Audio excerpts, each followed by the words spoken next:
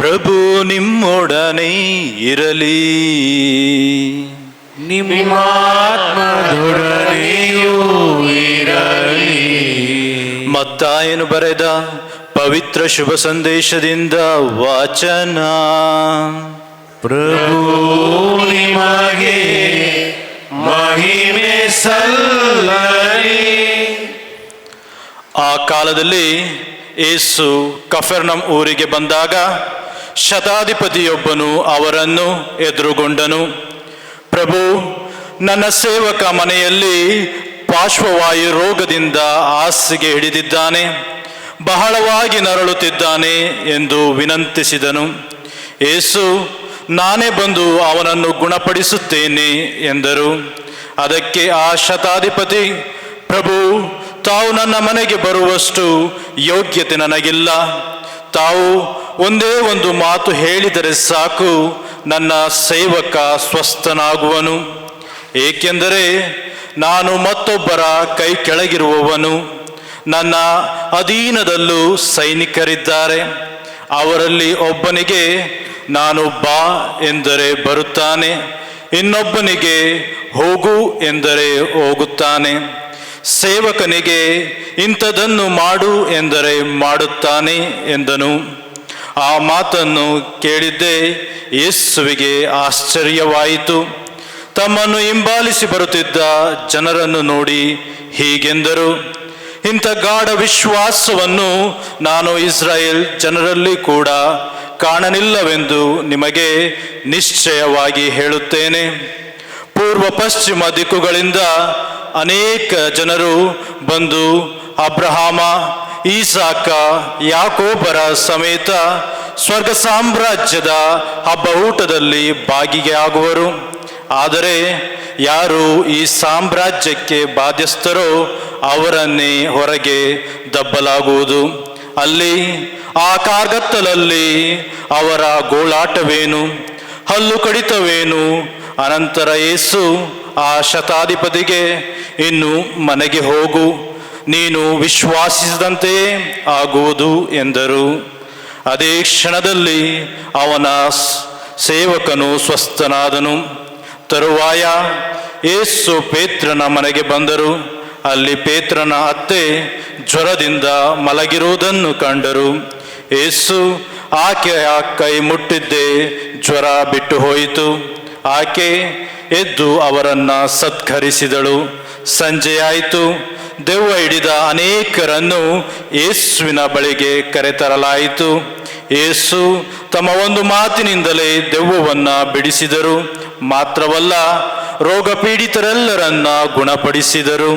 ಹೀಗೆ ತಮ್ಮ ದೌರ್ಬಲ್ಯತೆಯನ್ನು ವಹಿಸಿಕೊಂಡನು. ನಮ್ಮ ರೋಗ ರುಜಿನಗಳನ್ನು ಅವನೇ ಪರಿಹರಿಸಿದನು ಎಂಬ ಯೆಶಾಯನ ಪ್ರವಾದನೆ ಈಡೇರಿತು. ಪ್ರಭುವಿನ ಶುಭ ಸಂದೇಶ. ಕ್ರಿಸ್ತರೇ ನಿಮಗೆ ಸ್ತುತಿಯು ಸಲ್ಲಲಿ. ಪ್ರೀತಿಯ ಸಹೋದರ ಸಹೋದರಿಯರೇ, ಇವತ್ತಿನ ಶುಭ ಸಂದೇಶ ಸಂತ ಮತ್ತಾಯನ ಶುಭ ಸಂದೇಶ 8ನೆಯ ಅಧ್ಯಾಯ. ಒಂದಷ್ಟು ಇತಿಹಾಸ, ಒಂದಷ್ಟು ಹಿನ್ನೆಲೆ, ಅದರ ಅರ್ಥ, ಕೆಲವೊಂದು ವಿಷಯಗಳನ್ನು ನಾವು ಧ್ಯಾನಿಸುತ್ತಾ ಈ ಒಂದು ಅಧ್ಯಾಯವನ್ನು ಅರ್ಥ ಮಾಡಿಕೊಳ್ಳಲು ಪ್ರಯತ್ನ ಮಾಡೋಣ. ಪ್ರೀತಿಯ ಸಹೋದರ ಸಹೋದರಿಯರೇ, ಶತಾಧಿಪತಿ ಅವರು ಯಾರು? ಅವ್ರಿಗೇನು ಕೆಲಸ? ಆಂಗ್ಲ ಭಾಷೆಯಲ್ಲಿ ಸೆಂಚೂರಿಯನ್ ಅಂತ ಹೇಳ್ತಾರೆ. ಸಾಧಾರಣವಾಗಿ ಈ ಪದವನ್ನು ಎಲ್ಲಿ ಬಳಸ್ಕೋತಾರೆ ಅಂತ ಹೇಳಿದ್ರೆ, ರೋಮನ್ ಗವರ್ಮೆಂಟ್. ಬರೀ ಯಾರಲ್ಲೂ ಕೂಡ ಶತಾಧಿಪತಿಗಳು ಇರಲಿಲ್ಲ. ರೋಮನ್ ಗವರ್ಮೆಂಟ್ ಅಂತ ಹೇಳಿದ್ರೆ ಅವರ ಕೈ ಕೆಳಗೆ ಸುಮಾರು ಸೈನಿಕರು ಕೆಲಸ ಮಾಡ್ತಿದ್ರು. ಇದು ವಿಷಯ. ಅಲ್ಲಿ ಯಾತಕ್ಕಾಗಿ ಶತಾಧಿಪತಿಗಳು ಅವರ ನಾಡನ್ನು ಬಿಟ್ಟು ಇಸ್ರಾಯೇಲ್ ನಾಡಿನಲ್ಲಿ ವಾಸವಾದರು? ಇದು ಒಂದು ಪ್ರಶ್ನೆ. 2 ಕಾರಣಗಳಿವೆ. ಒಂದೇನಂತ ಹೇಳಿದ್ರೆ, ರೋಮ್ ಚಕ್ರವರ್ತಿಯ ಆಡಳಿತದ ಅಡಿಯಲ್ಲಿ ಬಂದಂತಹ ದೇಶಗಳಲ್ಲಿ ಅವರುಗಳು ಏನು ಮಾಡ್ತಿದ್ರು? ಗವರ್ನರ್, ಸೆಂಚೂರಿಯನ್ ಈ ಥರ ಬೇರೆ ಬೇರೆ ಅಧಿಕಾರಿಗಳನ್ನು ಹಾಕುತ್ತಾ ಅಲ್ಲಿ ಆಡಳಿತ ಮಾಡುವುದು ಮಾತ್ರವಲ್ಲದೆ ಜನರನ್ನು ತಮ್ಮ ಕಂಟ್ರೋಲಲ್ಲಿ ಇಟ್ಕೊಂಡಿದ್ರು. ಇಲ್ಲ ಅಂತ ಹೇಳಿದ್ರೆ ಗೊಂದಲಗಳಾಗೋದು. ಆದ ಕಾರಣ ಈ ಅಧಿಕಾರಿಗಳು ಆಗಾಗ ಕಾಣಿಸಿಕೊಳ್ಳೋದು ವಾಸ್ತವ. ಈಗ ಇಸ್ರಾಯೇಲ್ ನಾಡಿನಲ್ಲಿ ನಾವು ಜುದೇಯ ಪ್ರಾಂತ್ಯ ಹಾಗೂ ಗಲಿಲೇಯ ಪ್ರಾಂತ್ಯ ಎರಡು ಪ್ರಾಂತ್ಯಗಳನ್ನು ನಾವು ನೋಡ್ಬೋದು. ಈ ಜುದೇಯ ಪ್ರಾಂತ್ಯ ಎಲ್ಲಿ ಜೆರುಸಲೇಮ್ ಇವೆಲ್ಲ ಬರುತ್ತೆ. ಜೆರುಸಲೇಮ್, ಬೆತ್ಲೆಹೇಮ್, ಅದಾದ ಮೇಲೆ ಅದು ಅಕ್ಕಪಕ್ಕ ಇರುವಂತಹ ಬೆಥಾನಿಯಾ ಅದೆಲ್ಲ. ಗಲಿಲೇಯ ಅಂತ ಹೇಳಿದ್ರೆ ಗಲಿಲೇಯ ಸರೋವರ, ಕಪರ್ನಾಮ್, ನಾಜರೇತ್ ಅವುಗಳೆಲ್ಲ ಬರುತ್ತೆ. ಈಗ ಎರಡು ಪ್ರಾಂತ್ಯದಲ್ಲಿ ಬೇರೆ ಬೇರೆ ಅಧಿಕಾರಿಗಳು ತಮ್ಮ ಜವಾಬ್ದಾರಿಯನ್ನು ಮಾಡುತ್ತಿದ್ದರು. ಇವರ ಪ್ರಸನ್ನತೆ ಇತ್ತ ಅಂತ ಹೇಳಿದ್ರೆ ಖಂಡಿತವಾಗಿತ್ತು. ಕೆಲವೊಂದು ಇತಿಹಾಸವನ್ನು ಬರೆದವರು ಸ್ಪಷ್ಟವಾಗಿ ಹೇಳ್ತಾರೆ. ಫಾರ್ ಎಕ್ಸಾಂಪಲ್, ಕೋಡೆಕ್ಸ್ ಇನ್ಸ್ಕ್ರಿಪ್ಷಿಯೋನೆಮ್ ಲತಿನಾರುಮ್ ಅಂತ ಒಂದು ಪುಸ್ತಕ ಇದೆ. ಅದರಲ್ಲಿ ಯಾರ್ಯಾರು ಯಾವಾಗ ಆಡಳಿತವನ್ನು ಮಾಡಿದ್ರು ಅಂತ ಪಟ್ಟಿ ಇದೆ. ಆ ಪಟ್ಟಿಯಲ್ಲಿ ಪುಬ್ಲಿಯುಸ್ ಬಲೇಸಿಯುಸ್ ಎನ್ನುವವನು ಶತಾಧಿಪತಿಯಾಗಿ ಯೇಸು ಸ್ವಾಮಿ ಜೀವಿಸಿದ ಕಾಲದಲ್ಲಿ ಜುದೇಯ ಪ್ರಾಂತ್ಯದಲ್ಲಿ ವಾಸವಾಗಿದ್ದನು ಎನ್ನುವ ಇತಿಹಾಸ ಇದೆ. ಅದೇ ರೀತಿ ಮಗ್ದಲ, ಇವಾಗ ಮಿಗ್ದಾಲ್ ಅಂತ ಹೇಳ್ತಾರೆ, ಅಂದಿನ ಕಾಲದಲ್ಲಿ ಮಗ್ದಳ ಎಲ್ಲಿದೆ ಅಂತ ಹೇಳಿದ್ರೆ ಕಪರ್ನಾಹುಮಿಂದ ಒಂದು 6 ಕಿಲೋಮೀಟರ್ ದೂರದಲ್ಲಿ ಇರುವಂತಹ ವಿಷಯ. ಅಲ್ಲಿ ಕಂಡಂತಹ ಒಂದು ಫಲಕದಲ್ಲಿ ಇಲ್ಲಿ ಶತಾಧಿಪತಿ ಒಬ್ಬನು ಬದುಕುತ್ತಿದ್ದ, ಆತನು ಈ ಪ್ರಾರ್ಥನಾ ಮಂದಿರಗಳಲ್ಲಿ ಅಷ್ಟೇ ತನ್ನನ್ನು ಅಳವಡಿಸಿಕೊಂಡಿದ್ದ ಎನ್ನುವ ಒಂದು ವಿಷಯ ಕೂಡ ಕಂಡು ಬರುತ್ತೈತೆ. ಅಂತ ಹೇಳಿದ್ರೆ ಈ ಶತಾಧಿಪತಿಗಳು ಹಾಗಿದ್ದರೂ ಅವರು ಈ ಇಸ್ರಾಯೇಲ್ ಜನರೊಂದಿಗೆ ಒಳ್ಳೆಯ ಸಂಬಂಧವನ್ನು ಏರ್ಪಡಿಸಿಕೊಳ್ಳುತ್ತಾ ಇವರು ಜೀವಿಸುತ್ತಿದ್ದರು ಎನ್ನುವ ಇತಿಹಾಸ ನಮಗೆ ಸಿಕ್ಕಿದೆ. ಒಂದು. ಎರಡನೇದಾಗಿ ಅಲ್ಲಿರುವಂತಹ ಆಡಳಿತವನ್ನು ಸಾಧಾರಣವಾಗಿ ಒಂದು ರಾಜರ ಕೈಯಲ್ಲಿ ಕೊಡೋರು. ಹೆರಡ್ ಆಂಟಿಪಾಸ್ ಸತ್ತ ಮೇಲೆ ಅಲ್ಲಿ ಯಾವ ರಾಜರುಗಳನ್ನು ಕೂಡ ಅವರು ಅಪಾಯಿಂಟ್ ಮಾಡಲಿಲ್ಲ. ಬದಲಾಗಿ ಅವರು ಏನು ಮಾಡ್ತಿದ್ರು, ಈ ಶತಾಧಿಪತಿ ಹಾಗೂ ಗವರ್ನರ್ಸ್ ಹಾಕಿ ಆ ಒಂದು ಸ್ಥಳವನ್ನು ಆಡಳಿತ ಮಾಡುತ್ತಿದ್ರು. This is historical background. There is second historical background. ಏನಂತ ಹೇಳಿದ್ರೆ ವಿಯಾ ಮಾರಿಸ್. ವಿಯಾ ಅಂತ ಹೇಳಿದ್ರೆ ಹಾದಿ, ದಾರಿ. ಮಾರಿಸ್ ಅಂತ ಹೇಳಿದ್ರೆ ಸಮುದ್ರದ ದಾರಿ. ಅಲ್ಲಿ ಎಲ್ಲಿತ್ತು ಸಮುದ್ರ ಅಂತ ಹೇಳಿದ್ರೆ ಹಳ್ಳಿಗಳಲ್ಲಿ ಹಾದು ಹೋಗ್ತಿದ್ರು ಅಂತ ಹೇಳಿದ್ರೆ ಇದು ವ್ಯಾಪಾರ ಮಾಡುವಂತಹ ಒಂದು ಹಾದಿ. ಆದ ಕಾರಣ ಜನರ ಬರುವುದು ಹೋಗೋದು, ಜನರು ಅಲ್ಲಿ ವಾಸವಾಗೋದು, ಈ ವಿಷಯಗಳು ಹೆಚ್ಚಾಗ್ತಿತ್ತು. ಆದ ಕಾರಣ ಅಲ್ಲಿಯ ಸ್ಥಳದಲ್ಲಿ ಈ ಮಿಲಿಟರಿ ಗವರ್ಮೆಂಟ್ ಸ್ವಲ್ಪ ಹೆಚ್ಚಾಗೇ ಇತ್ತು. This is the second reason, historical reason, ಯಾಕೆ ಶತಾಧಿಪತಿಗಳು ಆ ಒಂದು ಪ್ರಾಂತ್ಯದಲ್ಲಿ ವಾಸವಾಗಿದ್ದರು ಎಂಬುದಾಗಿ. ಈಗ ಪ್ರತ್ಯೇಕವಾಗಿ ಇಂದಿನ ಈ ಅಧ್ಯಾಯದಲ್ಲಿ ಎರಡು ಮುಖ್ಯವಾದ ಅದ್ಭುತವನ್ನು ಸಂತ ಮತ್ತಾಯ ಮಾತನಾಡ್ತಾನೆ. ಒಂದು, ಶತಾಧಿಪತಿ ಕೋರಿದ್ದ ಆ ಪ್ರಾರ್ಥನೆ. ಎರಡನೆಯದು, ಸಂತ ಪೇತ್ರನ ಮನೆಯಲ್ಲಿ ಅವರ ಅತ್ತೆ ಜ್ವರದಿಂದ ಬಿದ್ದಿದ್ರು, ಅವರನ್ನು ಗುಣಪಡಿಸಿದ್ರೆಂಬುದಾಗಿ. ಈ ಎರಡರಲ್ಲಿ ಕೂಡ ಎರಡು ಮುಖ್ಯವಾದ ವಿಷಯಗಳನ್ನು ನಾನು ನಿಮ್ಮಲ್ಲಿ ಹಂಚಿಕೊಳ್ಳಲು ಆಸೆ ಪಡ್ತೇನೆ. ಪ್ರೀತಿಯ ಸಹೋದರ ಸಹೋದರಿಯರೇ, ಈ ಶತಾಧಿಪತಿಗೆ ಯೇಸು ಸ್ವಾಮಿಯ ಅರಿವಿತ್ತು. ಕಾರಣ ಯೇಸು ಸ್ವಾಮಿಯ ತಂದೆ ತಾಯಿಗಳು ನಾಜರೇತ್ ಊರಿನಲ್ಲಿ ಇದ್ದರೂ ಕೂಡ ಯೇಸು ಸ್ವಾಮಿ ಅಧಿಕವಾಗಿ ತನ್ನ ಜೀವನವನ್ನು ಎಲ್ಲಿ ಕಳೆದ್ರು ಅಂತ ಹೇಳಿದ್ರೆ ಈ ಗಲಿಲೇಯ ಸರೋವರ ಕಪರ್ನಾಹುಮ್ ಎನ್ನುವ ಆ ಒಂದು ಚಿಕ್ಕ ಗ್ರಾಮ. ಯಾಕೆ ಕಪರ್ನಾಹುಮ್ ಅಂತ ಹೇಳಿದ್ರೆ ಪೇತ್ರ, ಆತನ ಸಹೋದರ ಅಂದ್ರೇಯ, ಯೌವಾನ, ಯಾಕೋಬ ಅವರ ಸ್ವಂತ ಮನೆಗಳು ಇದ್ದಂತಹ ಸ್ಥಳ. ಇವತ್ತಿಗೂ ಕೂಡ ನೀವು ಹೋದರೆ ಅಲ್ಲಿಯ ಅನೇಕ ವಿಷಯಗಳನ್ನು ನೀವು ಅದರಲ್ಲಿ ನೋಡಬಹುದು. ಕಪರ್ನಾಹುಮಲ್ಲಿ ಅಲ್ಲಿ ಡೋಮೋಸ್ ಎಕ್ಲೇಸಿಯಾ ಎಂಬುದಾಗಿ ಒಂದು ಸ್ಥಳದಲ್ಲಿ ಕೆಲವೊಂದು ಇತಿಹಾಸದ ಫಲಕಗಳನ್ನು ಕಂಡುಹಿಡಿದಿದ್ದಾರೆ. ಅಲ್ಲಿ ಕೆಲವೊಂದು ವಾಕ್ಯಗಳನ್ನು ಬರೆದಿಟ್ಟಿರ್ತಾರೆ. ಅನೇಕ ವಾಕ್ಯಗಳಿವೆ. ಅದರಲ್ಲಿ ಇವತ್ತು ನಮಗೆ ಅರ್ಥ ಮಾಡಿಕೊಳ್ಳಬೇಕಾದಂಥ ಒಂದು ವಾಕ್ಯ, ಪದೇ ಪದೇ ಬಲಿಪೂಜೆಯಲ್ಲಿ ಆಡುವ ಒಂದು ವಾಕ್ಯ ಅಲ್ಲಿ ಕಂಡು ಬರ್ತದೆ. ಅದೇನಂತ ಹೇಳಿದ್ರೆ ಕ್ರಿಸ್ತೆ ಎಲೈಸೋನ್. ಏನಂಗಂದ್ರೆ ಕ್ರಿಸ್ತರೇ ದಯೆ ತೋರಿ. ಯಾಕೆ ಅಲ್ಲಿ ಬರೀತಾರೆ ಅಂತ ಹೇಳಿದ್ರೆ ಅದು ಯಾರಾದರೂ ಹೇಳಿರ್ತಾರೆ ಅಥವಾ ಪ್ರಾರ್ಥನೆಯಾಗಿ ಮಾಡಿರ್ತಾರೆ, ಆದ ಕಾರಣ ಬರೆದಿಟ್ಟಿರ್ತಾರೆ. ಪ್ರೀತಿಯ ಸಹೋದರ ಸಹೋದರಿಯರೇ, ಇವೆಲ್ಲವೂ ಕೂಡ ಇತಿಹಾಸ. ಯೇಸು ಸ್ವಾಮಿ ಅಲ್ಲಿ ಬರುವ ಕಾರಣ ಅನೇಕ ಸಂದರ್ಭಗಳಲ್ಲಿ ಯೇಸು ಸ್ವಾಮಿ ಸ್ವಂತ ಮನೆಗೆ ಹೋಗ್ತಿರ್ಲಿಲ್ಲ. ಮತ್ತೆ ಎಲ್ಲಿ ಹೋಗ್ತಿದ್ರು? ಈ ಕಪರ್ನಾಹೂಮ್ ಈ ಥರ ಸ್ಥಳಗಳಲ್ಲಿ, ಅಥವಾ ಜೆರುಸಲೇಮ್ ಬರ್ತಿದ್ರು, ಬೆತಾನಿಯ ಹೋಗ್ತಿದ್ರು. ಯಾಕೆ ಹೋಗ್ತಿದ್ರು? ಏನಾದರೂ ತಿನ್ನಬೇಕಲ್ವಾ? ಅವ್ರ ಜೊತೆ ಯಾವಾಗಲೂ ಶಿಷ್ಯರಿರ್ತಿದ್ರು. ತಿನ್ನದೆ ಎಲ್ಲಿರ್ತಾರೆ? ಪ್ರತಿದಿನ ಕಲ್ಲನ್ನು ರೊಟ್ಟಿಯಾಗಿ ಮಾರ್ಪಡಿಸೋಕ್ಕಾಗುತ್ತಾ? ಆಗೋದಿಲ್ಲ. ಸಾಧಾರಣವಾಗಿ ಏನು ಮಾಡ್ತಿದ್ರು? ಸ್ವಂತದವರು, ನೆಂಟರು, ಸ್ನೇಹಿತರು ಇವರ ಮನೆಗಳಿಗೆ ಹೋಗ್ತಿದ್ರು. ಆದ ಕಾರಣ ಯೇಸು ಸ್ವಾಮಿ ಪದೇ ಪದೇ ಮತ್ತೆ ಕಪರ್ನಾಹೂಮ್ ಎನ್ನುವ ಆ ಒಂದು ಸ್ಥಳಕ್ಕೆ ಹೋಗ್ತಿದ್ರು. ಯಾಕೆಂತ ಹೇಳಿದ್ರೆ ಪೇತ್ರ, ಅಂದ್ರೇಯ, ಯಾಕೋಬ, ಯೌವಾನ ಎಲ್ಲರ ಮನೆಗಳಿತ್ತು. ಆದ ಕಾರಣ ಅಲ್ಲಿಗೆ ಹೋಗ್ತಿದ್ರು. This is background to understand our gospel today. ಎರಡನೇದಾಗಿ ಪ್ರೀತಿಯ ಸಹೋದರ ಸಹೋದರಿ, ಶತಾಧಿಪತಿ ಬರ್ತಾನೆ. ಶತಾಧಿಪತಿಗೆ ಒಂದು ತೊಂದರೆ ಏನಂತ ಹೇಳಿದ್ರೆ, ಮನೆ ನೋಡ್ಕೊಳ್ಬೇಕಾದ ಸೇವಕ ಅವನು ರೋಗ ರುಜಿನದಿಂದ ಬಿದ್ದಿದ್ದಾನೆ. ಈಗ ಆತನ್ನ ಗುಣಪಡಿಸ್ಬೇಕು. ಆತನು ಗುಣ ಹೊಂದಿದ್ರೆ ಹೊರತು ಅವನು ಮನೆ ನೋಡ್ಕೊಳ್ಳೋಕ್ಕಾಗಲಿಲ್ಲ.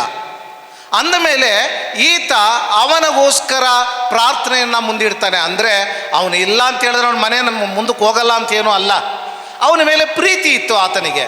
ಆದ ಕಾರಣ ಈತ ಗುಣ ಹೊಂದಿದ್ರೆ ಚೆನ್ನಾಗಿರ್ತದೆ ಅಂತೇಳಿ ಒಂದು ಪ್ರಾರ್ಥನೆಯನ್ನು ಅವನಿಗೋಸ್ಕರ ಯೇಸು ಸ್ವಾಮಿಯಲ್ಲಿ ಮುಂದಿಡ್ತಾರೆ. ಯಾಕೆ ಆ ಪ್ರಾರ್ಥನೆಯನ್ನು ಯೇಸು ಸ್ವಾಮಿಗೆ ತರ್ತಾರೆ? ಏಕೆಂತ ಹೇಳಿದ್ರೆ ಒಂದು ಶತಾಧಿಪತಿಯಾಗಿ ಆ ಒಂದು ಸ್ಥಳದಲ್ಲಿ, ಪ್ರದೇಶದಲ್ಲಿ, ಪ್ರಾಂತ್ಯದಲ್ಲಿ ನಡೆಯುವ ಪ್ರತಿಯೊಂದು ವಿಷಯ ಅಂದರೆ ಆ ಒಂದು ಸಮರಿ ಏನಿದೆಯೋ ಆತನ ಕಿವಿಗೆ ತಲುಪ್ತಿತ್ತು. ಯೇಸು ಸ್ವಾಮಿ ಮಾಡಿದಂತಹ ಅದ್ಭುತ ಕೆಲಸ ಕಾರ್ಯಗಳು, ಅವರು ಮಾಡಿದಂತಹ ಉನ್ನತ ಕೆಲಸ ಬೋಧನೆಗಳು ಎಲ್ಲವನ್ನ ಕೂಡ ಅರಿತಿದ್ದಂತಹ ಶತಾಧಿಪತಿ ಏನು ಮಾಡ್ತಾನೆ? ತನ್ನ ಸೇವಕನಿಗೋಸ್ಕರ ಒಂದು ಪ್ರಾರ್ಥನೆಯನ್ನು ಮನದಲ್ಲಿ ಇಟ್ಟುಕೊಂಡು ಯೇಸು ಸ್ವಾಮಿಯನ್ನು ಬಂದು ಸಂಧಿಸ್ತಾನೆ. ಆತ ಕೇಳಿದ್ದು ಒಂದೇ ಒಂದು, ಸ್ವಾಮಿ ನೀವು ನಮ್ಮ ಮನೆಗೆ ಬರಬೇಡಿ, ಒಂದು ಮಾತು ಹೇಳಿ ಸಾಕು, ಒಂದೇ ಒಂದು ಮಾತು ಹೇಳಿ ಸಾಕು. ಯಾಕೆಂತ ಹೇಳಿದ್ರೆ ಆ ಮಾತಿನ ಅರ್ಥ, ಆ ಮಾತಿನಲ್ಲಿರುವ ಅಧಿಕಾರ ಆತನಿಗೆ ಚೆನ್ನಾಗಿ ಗೊತ್ತು. ಅದನ್ನು ಇಂದಿನ ಶುಭ ಸಂದೇಶದಲ್ಲಿ ವಿವರಿಸುತ್ತಾನೆ. ಹೇಳ್ತಾನೆ, ಸ್ವಾಮಿ ನಾನು ಇನ್ನೊಬ್ಬರ ಕೈ ಕೆಳಗೆ ಕೆಲಸ ಮಾಡ್ತೀನಿ, ಆದರೆ ನನ್ನ ಅವಧಿಯಲ್ಲಿ ಕೆಲವು ವ್ಯಕ್ತಿಗಳಿರ್ತಾರೆ, ಅವರಿಗೆ ಒಂದು ವಾಕ್ಯ, ಒಂದು ವಾರ್ತೆ ಹೇಳಿದ್ರೆ ಸಾಕು.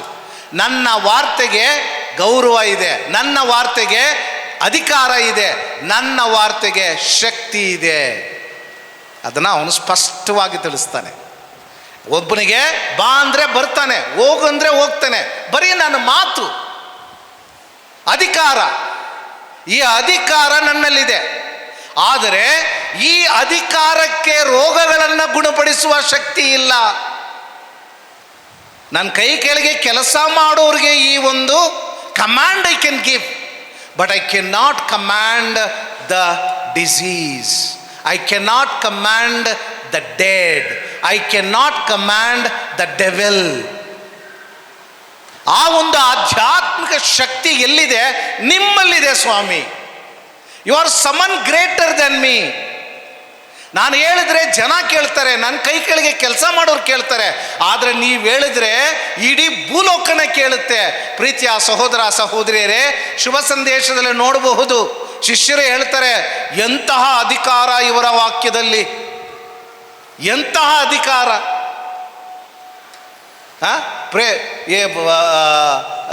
ಫರಿಸಾಯರು ಅಥವಾ ಈ ಧರ್ಮ ಪಂಡಿತರು ಯಾರೂ ಕೂಡ ಇಂತಹ ಮಾತುಗಳನ್ನು ಮಾತಾಡ್ತಾ ಇಲ್ಲ. ಯೇಸು ಸ್ವಾಮಿ ಅಷ್ಟು ಅಧಿಕಾರದಿಂದ ಮಾತಾಡ್ತಾರೆ. ಅವರು ಮಾತಾಡಿದ್ರೆ ಕೇಳಿಸ್ಕೋಬೇಕು ಅನ್ಸುತ್ತೆ. ಯೇಸು ಸ್ವಾಮಿ ಶಿಷ್ಯರು ಹೇಳ್ತಾರೆ, ಯಾರಿವರು ಗಾಳಿಗೂ ಸಮುದ್ರಕ್ಕೂ ಆಜ್ಞೆಯನ್ನು ಕೊಡ್ತಾರಲ್ಲ, ಅವ್ರು ಹೇಳಿದ ತಕ್ಷಣ ಕೇಳುತ್ತಲ್ಲ ಅಂತ, ಅದು ಅಧಿಕಾರ.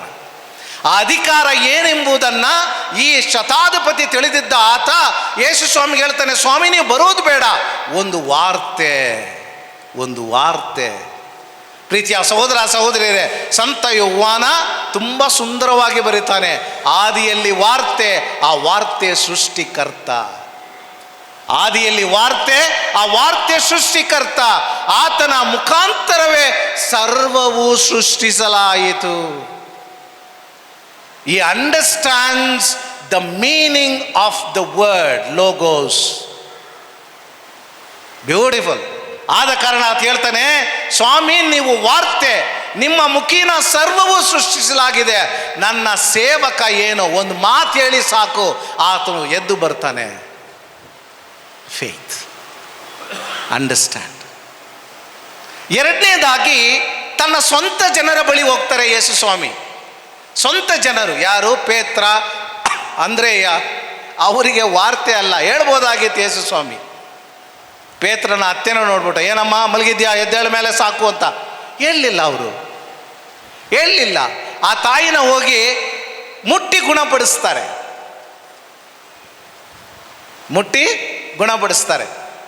ಯೇಸು ಸ್ವಾಮಿ ಮುಟ್ಟಿದ್ರೂ ಸರಿ, ನಾವು ಯೇಸು ಸ್ವಾಮಿನ ಮುಟ್ಟಿದ್ರೂ ಸರಿ ಗುಣ ಹೊಂದುತ್ತೀವಿ. ಯೇಸು ಸ್ವಾಮಿ ನಡ್ಕೊಂಡು ಹೋಗ್ಬೇಕಾದ್ರೆ ಮಹಿಳೆ ಒಬ್ಳು ಏನು ಹೇಳ್ತಾಳೆ? ನಾನು ಅವರ ಉಡುಪನ್ನು ಮುಟ್ಟಿದ್ರೂ ಸಾಕು ಗುಣ ಹೊಂದುತ್ತೇನೆ. ಓಡೋಗಿ ಮುಟ್ತಾಳೆ. ಯೇಸು ಸ್ವಾಮಿ ಮುಟ್ಟಿದ್ರು, ನಾವು ಯೇಸು ಸ್ವಾಮಿಯನ್ನು ಮುಟ್ಟಿದ್ರೂ ಕೂಡ ಗುಣ ಹೊಂದುತ್ತೇವೆ. What a beautiful message he gives. ಪ್ರೀತಿಯ ಸಹೋದರ ಸಹೋದರಿಯರೇ, ಯೇಸು ಸ್ವಾಮಿ ಆಕೆಯನ್ನು ಮುಟ್ಟಿದ ತಕ್ಷಣ ಆಕೆ ಗುಣ ಹೊಂದಿದಳು. ಕಾರಣ ಅಷ್ಟು ಮಾತ್ರ ಅಲ್ಲ, ಇನ್ನೂ ಇದೆ.